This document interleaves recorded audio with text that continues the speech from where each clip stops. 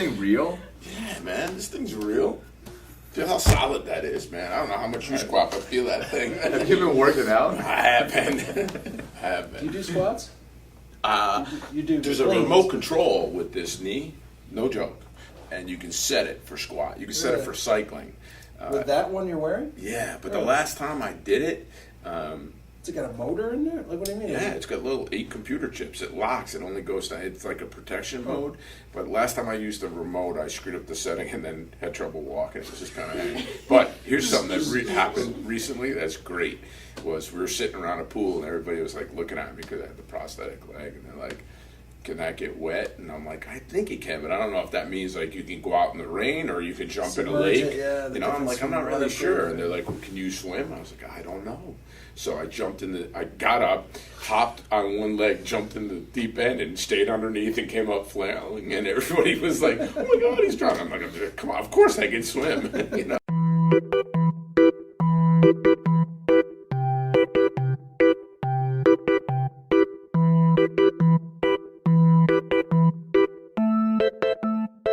Hey, Sweethearts and Heroes family, Tom Murphy, the $6 Million Man, Captain Spectacular. We're going to talk about something big time here today. We're going to talk about armies and the importance of building the army right here in the school.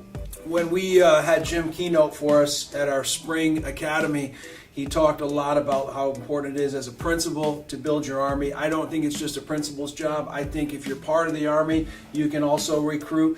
And I think he mastered that in his experience as an administrator. So I'd really love for him to go into that. I'd love for you to go into your strategies and some of the ways that you can build an army of teachers and educators within your building to go after that greater purpose. I think it's really important, the culture of each building, and establishing that culture sometimes is a tremendous challenge. A lot of times we have a large staff with all different perspectives on how to do things, and sometimes you have some new teachers that come into a building with some great ideas, but they're a little fearful of the buy-in or how people will respond to them. So I always try to encourage people, and I've done this as a teacher, I've done it as a building level administrator, and I do it now in this new role, is that we build our army. We slowly and gradually build our army. We talk to people, we find people that are like-minded, we find people that are child-centered, student-centered, and we get them onto our side, and we slowly and gradually continue to do what we believe is the right thing to do as educators.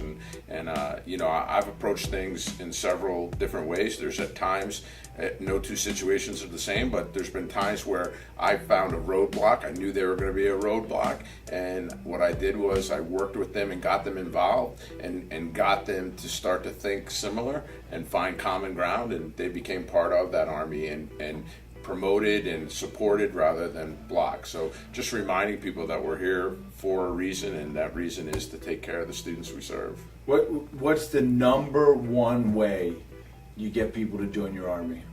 I think people need to see that you follow through.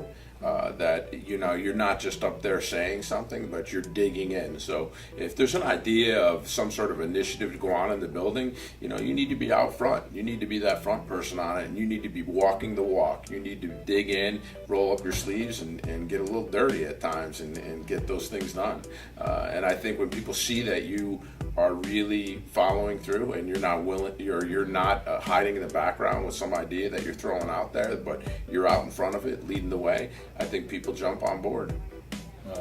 We talk to building leaders all the time. I can't even tell you how many in the 9 years that we've been doing our Sweethearts and Heroes message and program, how many administrators that were on phones and emails and meeting in person at the different conferences and schools that you go to. And I wouldn't want that job myself. It's so challenging, and there's so much out there. There's so many initiatives that you got to get people to buy into. It's really an art. Now, at my 20-year career, I've known dozens of principals. I've had literally dozens of administrators, and the ones that people consider to be the most impactful and effective are the ones that follow through. I think you hit the nail on the head. When you see the administrator rolling up their sleeves and getting their hands dirty, you're more likely to jump in. Wow. Bringing it from the lab, Jimmy McHugh. Boom.